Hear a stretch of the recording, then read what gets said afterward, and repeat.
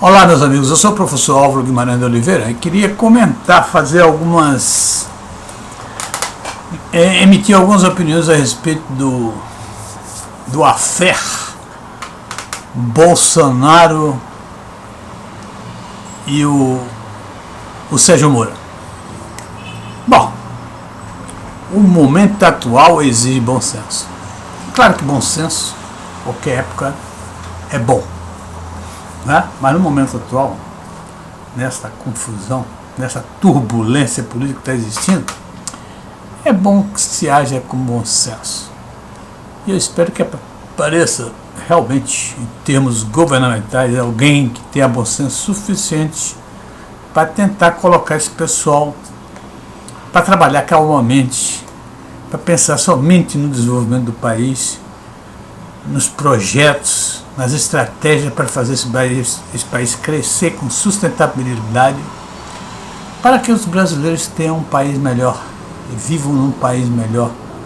Um país que tem tudo para ser, tem todas as características de um grande país. E por isso eu torço bastante que o clima agora se acalme um pouco e venha algumas pessoas de bom senso a juntar ao time aí, ou aparecer e conduzir esse país numa direção de um porto seguro, de um porto melhor. O ser humano gosta de generalizar. É bom, é bom, é bom. Não presta, não presta. Dois extremos. E geralmente a resposta pode estar no meio, né? Nesses dois extremos. O que eu quero dizer é a respeito do juiz Sérgio Moro. Sérgio Moro, até antes desse pedido de emissão, dessa escorregadela que jogou ao chão, que o estatelou no chão, era o ícone do Brasil. E com todos os méritos. Com todos os méritos. Eu quero colocar uma coisa que a memória da gente é curta. Mas quem começa a punir os crimes de colarinho branco no Brasil foi o nosso ex-ministro Joaquim Barbosa. Joaquim Barbosa enfrentou ali um relator naquele processo que chamou Mensalão. Ele lutou bravamente, agiu corretamente, com competência, e indiciou e criminalizou e condenou vários colarinhos brancos. Começa então uma fase em que o brasileiro começa a entender que o colarinho branco vai começar a pagar pelos seus crimes, pelas suas mazelas, pelas suas falcatruas. Começa exatamente ali. Joaquim tem um prestígio muito grande, uma popularidade estrondosa, inclusive sendo toda hora citado como provável presidente do Brasil. Mas as coisas se desenvolveram de uma maneira um pouco diferente. Joaquim saiu do STF, uma saída que ninguém sabe porque nunca foi explicada corretamente. Mas Joaquim é um rapaz novo. Tinha, eu acho, se não me engano, 56 ou 57 anos, quando ele sai do STF, pede demissão e sai do STF. Não tinha, aparentemente, nada justificável para que a pessoa saia do STF, principalmente um homem que teve todo o respeito, toda a admiração do país, um homem que era citado a todo tempo como futuro presidente do Brasil, sem uma justificativa que ficasse compreensiva para todos nós brasileiros. Alguma coisa aconteceu de muito estranho ali. Pois é, em seguida aparece, nesse rastro aí, o juiz Moro, da primeira instância, lá de Curitiba. Ele pega o processo da Lava Jato e começa a indiciar, processar e condenar colarinhos brancos. E nessa batida, ele também se torna altamente popular, inclusive também falado para ser um futuro presidente do Brasil. E o Moro realmente desenvolveu um brilhante trabalho como juiz de primeira instância. E foi o responsável pela primeira condenação de um ex-presidente do Brasil à cadeia. Ele o fez de maneira brilhante.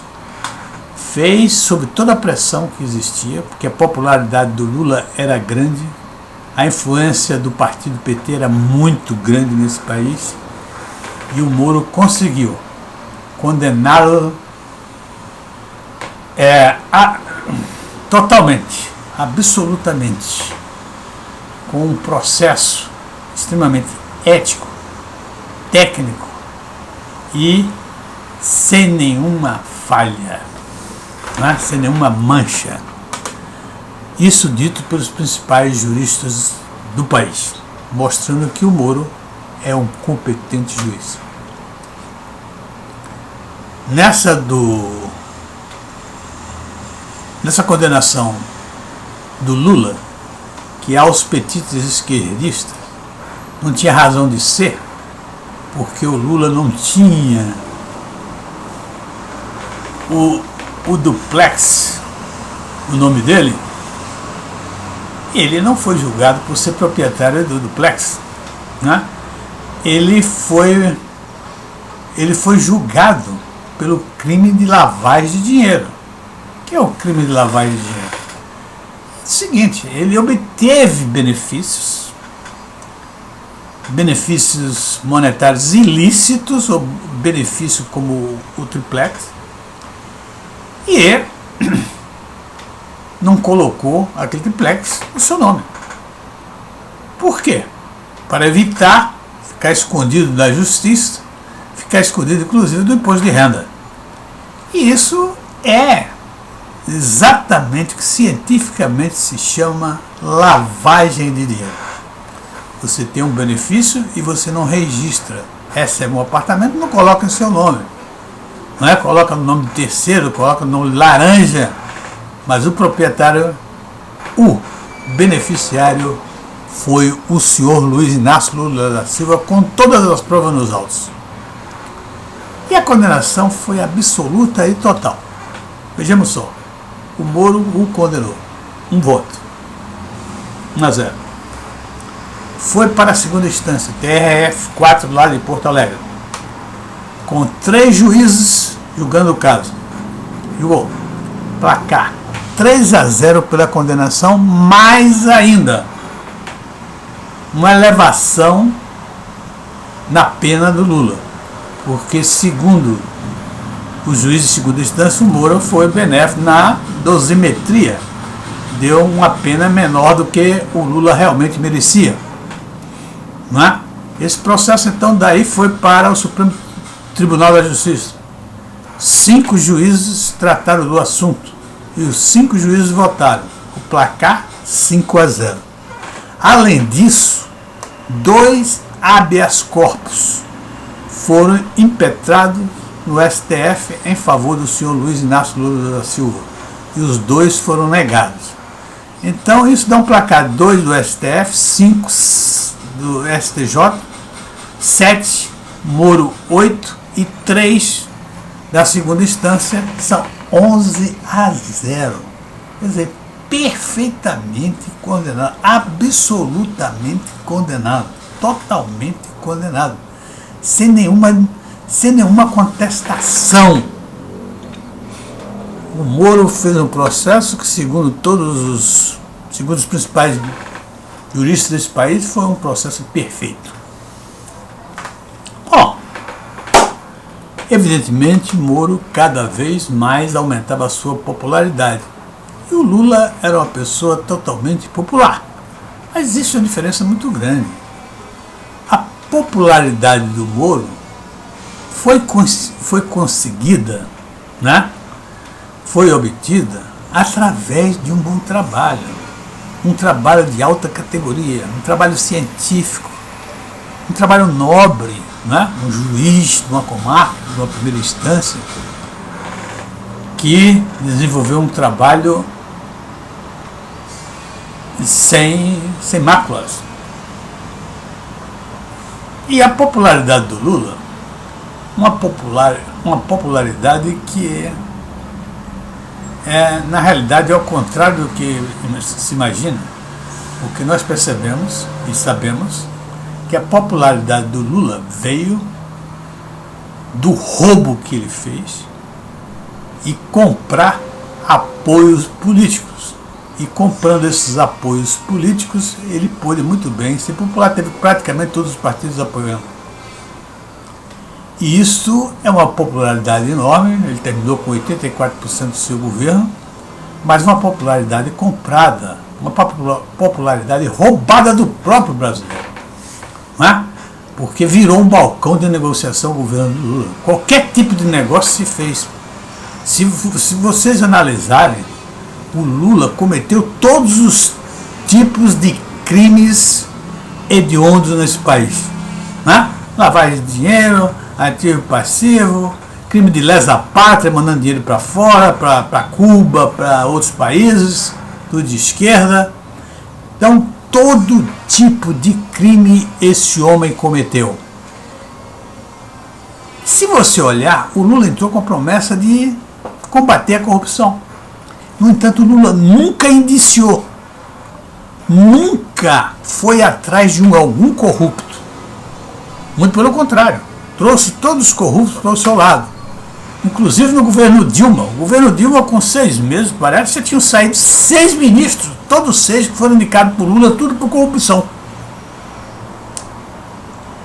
Então, esse homem, que as pessoas acham uma pessoa ótima, que era protetor dos pobres, roubou os pobres, roubou a população, acabou com a educação, acabou com a popularidade que você tem que dizer o seguinte: isso não é popularidade, isso é o contrário de popularidade. Tá certo? E os petistas, obviamente, tinham uma narrativa que o Moro não condenava políticos do PSDB, por exemplo, o Aécio, perseguia sempre o PT e perseguia o Lula. Mas a verdade não é essa. O Moro, por exemplo, não prendeu a Dilma Rousseff, que fez tanto roubo quanto o Lula, talvez. Não tanto, porque o Lula foi realmente um gênio em termos de roubar. E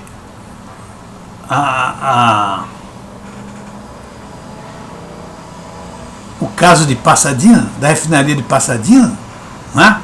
E tantos outros casos que aconteceram no governo da Dilma, patrocinado por ela, e ela não foi às barras da justiça. Inclusive o impeachment dela, o Lewandowski, que era protetor dela dentro do STF, rasgou a Constituição. Ela foi condenada, foi impeachada e ele dividiu. Que o impeachment era que ela perdesse a sua posição e perdesse também os seus direitos políticos. Ele separou.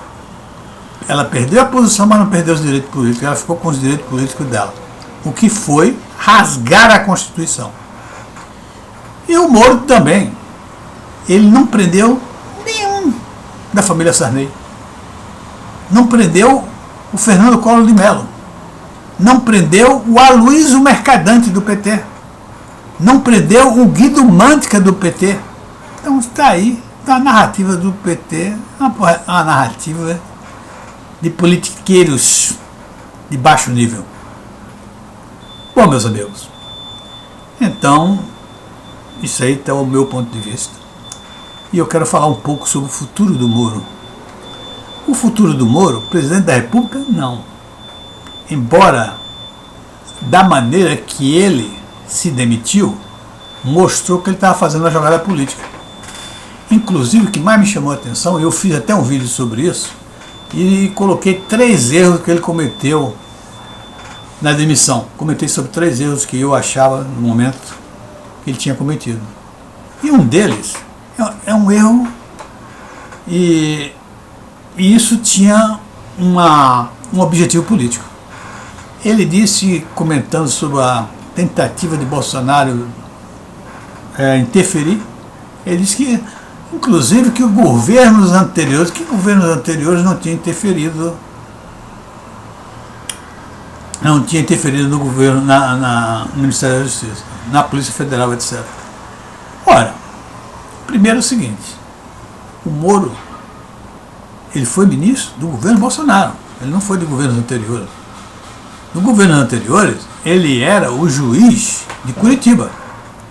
E outra coisa, jamais considerado o inimigo número 1 dos petistas. Então jamais o PT poderia chegar para o Moro e pedir algum benefício, trocar com o Moro algum benefício, seu inimigo número 1. Isso era impossível de acontecer. Tá certo? E outra, todo mundo sabe, se comentava todo mundo, isso falha de memória, não é. Isso é jogada política. O ministro de Dilma Rousseff, o José Eduardo Cardoso, ele interferiu, mudou o presidente, diretor da PF, etc. Fez o que quis, interferiu várias vezes. Então não é verdade o que ele está dizendo. Mas na realidade, se você olhar, analisar bem, há uma jogada política nisso. Primeiro, ele fere Bolsonaro, ao dizer que Bolsonaro está querendo interferir, que nem um partido, nem governo anterior nunca tinha feito isso. Um partido como o PT, por exemplo. E ao mesmo tempo, ele está tentando trazer o PT para o lado dele, politicamente. O que fica uma coisa completamente absurda. O PT daqui a uns dias está sendo ligado ao Moro, colocar o Moro como candidato a presidente e apoiar o Moro, né? Aquele que era o número 1, o inimigo número 1. Mas em política brasileira, em política de safados, desonestos, moleques, acontece tudo. Tudo pode acontecer. Muito bem. Mas o que eu olho é o seguinte: o Moro, ele não tem características de presidente. Ele não tem um perfil, não tem o carisma de um executivo.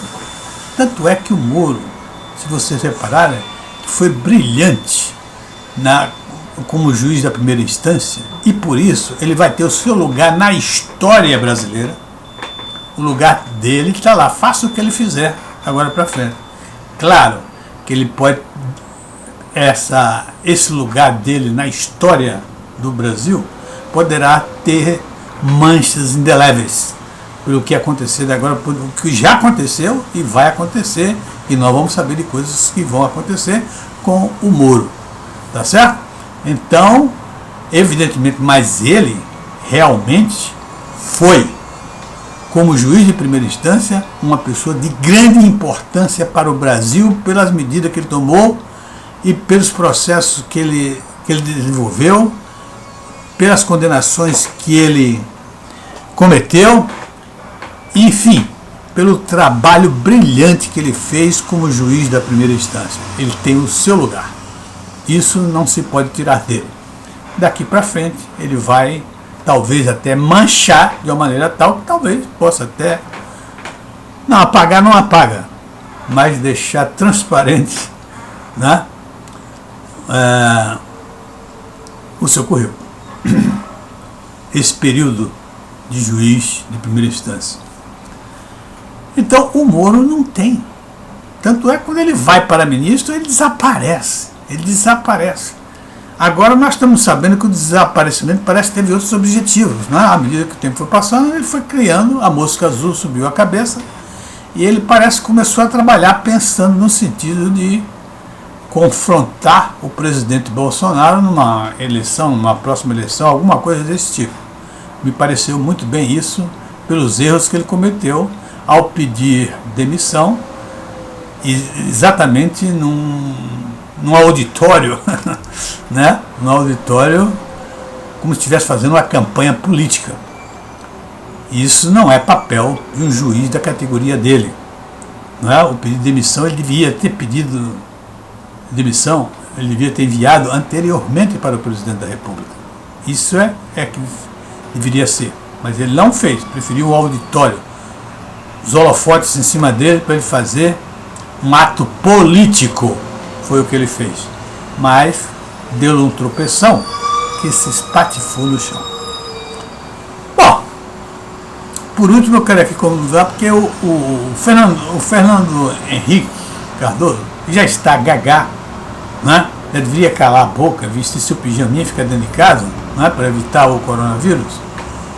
Ele falando a todo instante a respeito do impeachment do Bolsonaro, sugerindo que deveria ser. Depois chegar à conclusão que não dá para fazer o impeachment porque Bolsonaro tem uma força muito grande junto ao povo, ou seja, tem um prestígio popular muito grande. Mas eu quero falar do Fernando Henrique porque as pessoas falam do Bolsonaro, eu quero fazer uma comparação. Eles são o inverso um do outro. O Bolsonaro é uma pessoa tosca, é uma pessoa deselegante, uma pessoa grosseira, uma pessoa que não sabe falar, uma pessoa que não sabe convencer ninguém, entendeu? Então o Bolsonaro é simplesmente uma pessoa temperamental, uma pessoa em estado puro, diz aquilo que ele vê na telha e garante o que diz. É um homem capaz de voltar atrás, é um homem capaz de dizer que cometeu um erro. Esse é o nosso Bolsonaro, né? O tosco Bolsonaro. No entanto, as pessoas que falam isso poderia ter como contrapartida o Fernando Henrique Cardoso. O Fernando Henrique Cardoso é um príncipe elegante, bem vestido, tem uma formação espetacular, sociólogo, professor de Sorbonne, professor palestrante de algumas universidades americanas, né? E Fernando Henrique, brilhante, inteligente, etc. Fez o primeiro mandato dele, foi brilhante, pensou muito o Brasil, organizou bem o Brasil, tá certo? Mas cometeu, por vaidade e por ambição, um pecado de gula.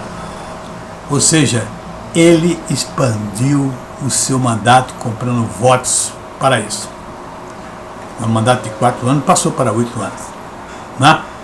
Isso, para mim, fez com que o Fernando Henrique perdesse o lugar de estadista que eu tinha, Fernando Henrique, como estadista. O único que eu vejo como estadista do Brasil seria o Fernando Henrique.